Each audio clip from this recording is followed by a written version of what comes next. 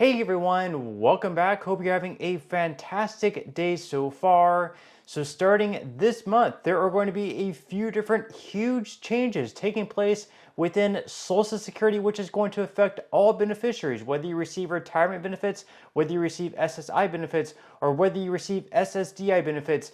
These changes could definitely impact you. In today's video, we are going to be covering everything that you need to know. But before we go ahead and dive into it for today, if you would like to receive up to $200 in free stock or $200 in free cash, in a pinned comment below, I will be leaving a link to Robinhood. All you have to do is once you click on that link is just sign up for a free account and then simply link your bank account. You do not even have to make an opening deposit. At that point in time, Robinhood will be sending you one free stock worth all the way up to $200. And if you'd really just have the cash, all you have to do is once you receive the free stock is just sell it for what it's worth and then transfer the cash value right back to your bank account.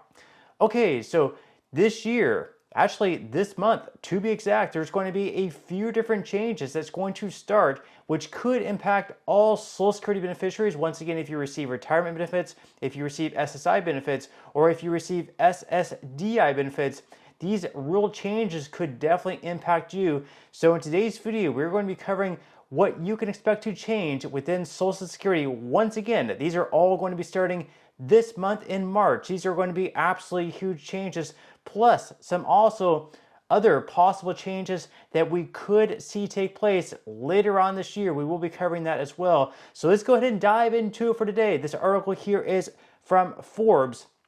They say the first change comes from a recent bill that was just signed into law earlier on this year by then President Joe Biden. This was actually originally passed in the House in November of last year, and then it was passed through the Senate and then finally signed into law by Joe Biden in January. This involved both Democrats as well as Republicans coming together in large fashion. This passed within flying colors. It had huge amounts of support from both sides of the aisle. This bill was called the Social Security Fairness Act, and what it did is it repealed two different measures. It repealed the windfall elimination provision, and it also repealed the government pension offset. So basically, if you were like a public sector worker who did not contribute in taxes into the Social Security Trust Fund, and instead you contributed to like your own personal pension, but also on the side, maybe before you got into that career or after you got into that career, or maybe at the same time, like if you were a teacher but you also had a job during the summer, and in that job you contributed to Social Security and you racked up enough credits to be eligible for Social Security, the 40 credits that you would need, simply because you're also receiving the pension, the normal Social Security benefit that you would have received actually gets reduced because you are also receiving a pension. Now with this bill that's passing, you can no longer be punished within Social Security and receive a reduced Social Security benefit just because you are also receiving a pension. And because of that, we're having an increase for millions of Social Security beneficiaries of anywhere between $300 per month all the way up to $700 per month on average. Some folks are actually receiving well over $1,000 per month, and these are also including retroactive benefits. So first off, Forbes says that the bipartisan Social Security Fairness Act was signed into law, ending the WEP and GPO provisions that have reduced or eliminated benefits for over 3.2 million public sector retirees. WEP and GPO affected many teachers, firefighters, police officers, and other workers with pensions from non-Social Security covered jobs. The repeal is retroactive to January 2024, meaning those penalized under WEP/GPO are owed back payments for benefits withheld since that date, and the Social Security Administration moved swiftly to implement the retroactive payments to people whose benefits were impacted by WEP or GPO. The agency stated in a late February press release, most eligible retirees will receive a one-time lump sum for the retroactive amount by the end of March, deposited directly into their bank account. So if you were impacted by this provision before, and you're going to be receiving an increase because of the passage of the Social Security Fairness Act, not only are you going to be receiving increased payments in the month of April, but you're also going to be receiving a retroactive lump sum payment for all the payments you missed out on a month-to-month basis, starting all the way back in January last year in 2024. So that's going to mean for you 15 months of missed payments. So if you're going to receive an increase of $500 per month, you're going to be getting 15 months of $500. It's going to be right around $7,500 plus you're also going to receive an increase of $500 this year, plus whatever your cost of living adjustment would have improved by if you were receiving $500 more last year. Now, they go on here to say that this is not necessarily a small sum. As of early March, SSA reported it has already paid more than $7.5 billion in retroactive benefits to 1,127,723 people affected by the Fairness Act. The average retroactive payment so far is $6,710, a significant financial windfall for retirees who had been unfairly shortchanged. And Acting Commissioner Lee Dudek noted the aggressive implementation timetable. He said that Social Security's aggressive schedule to start issuing retroactive payments in February and increase monthly benefits beginning in April supports President Trump's priority to implement the Social Security Fairness Act as quickly as possible. In short, the government accelerated what was initially expected to take a year or more so Americans get their due benefits as quickly as possible. So originally they were stating that this could take more than 1 year. It could be 2026 until you started seeing the increase plus the retroactive benefits because Trump was pushing Social Security to get this done as quickly as possible, they were able to start the retroactive benefits back in February, and they should finish them up by the end of March, and most people are going to be receiving that increase in their April check. Now, the second one, also, Social Security benefits will rise for those affected in April following one-time retroactive payments. So beyond the one-time back payments, repealing WEP and GPO means affected retirees' monthly Social Security checks will be larger going forward. According to the SSA, the higher monthly benefits will first be reflected in the benefit payments they receive in April. And for the 3.2 million impacted retirees, the exact increase in their monthly benefit will vary from person to person, depending on factors like the type of Social Security benefit and the size of their non-covered pension. And a former teacher with a modest retirement might see a relatively small bump.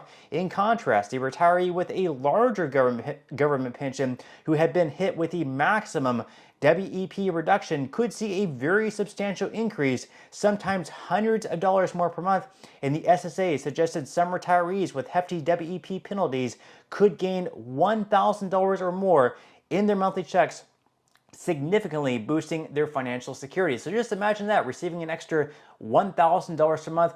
Obviously, that would be very much life-changing. That extra money could go towards rent, your mortgage, different bills, groceries, things like that. Now, they go on here to say also there is going to be a new rule starting on March 27th.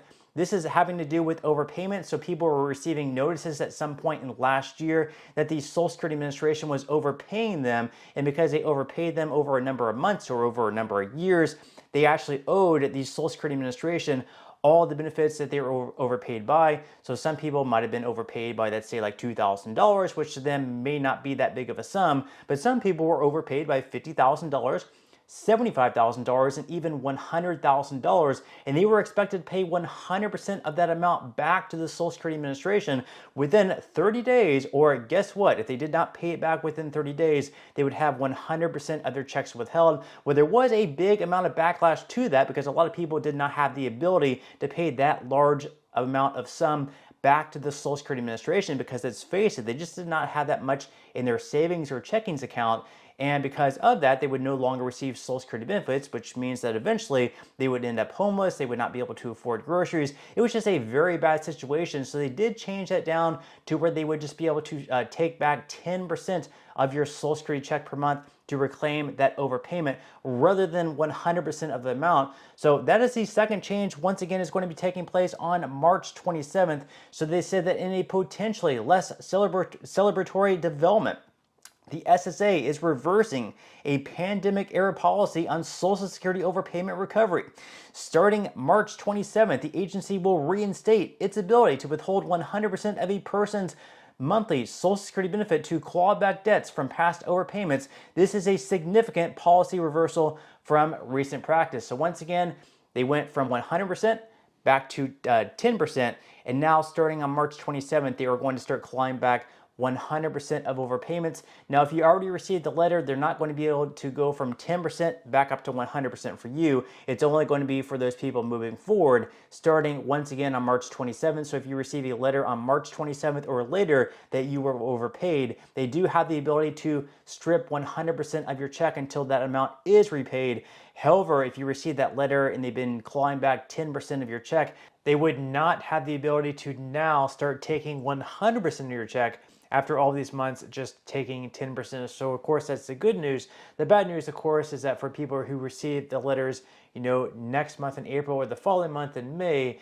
they do have the ability to strip 100% of the check, which for a lot of the people who rely on Social Security benefits on a month-to-month basis, it's going to be extremely hard for them to continue getting by, paying rent, paying for groceries, everything else, when they no longer are receiving any type of Social Security benefit. Now, the final change that is confirmed this month, actually starting on March 27th in just 4 days, is the fact that there's going to be a lot of changes taking place for whenever you call into Social Security. So for instance, if you need to make like a change to your direct deposit method, if you're changing banks from maybe like Bank of America over to Chase, or even if you had to change your account number within Bank of America because there was fraud that took place within your checking account, well, guess what? You can no longer call in and give them your account number and change that over the phone. Now you have to do all of that online. They will no longer take that over the phone. So once again, according to Forbes here, a potential change was abandoned recently following reporting by the Washington Post. The Post reported that the SSA was considering to end phone service for millions of Americans filing retirement and disability claims. Individuals would have had to use either the internet or go to an in-person field office to process claims. While this change has been curtailed, officials said the administration will still move ahead with another far more limited element of the original proposal. Customers will no longer be able to change a direct deposit routing number or other bank account information over the phone. They said this is to make things a lot more secure, that there was a lot of fraud taking place where people were calling into SSA and changing the bank account information of someone who they knew their Social Security number over to their bank. So then they were receiving Social Security benefits of someone else that wasn't actually them, and then they were able to transfer the benefits they were receiving in that bank over to their original bank and pretty much steal funds from Social Security. So they're saying this is to make things more secure rather than more of a pain. But for a lot of people who rely on calling into the SSA to make changes like that, like to their direct deposit, obviously that's going to be a huge pain for them. And then of course the final change that might end up taking place by the end of this year, Donald Trump is pushing to eliminate taxes at the federal level on Social Security benefits.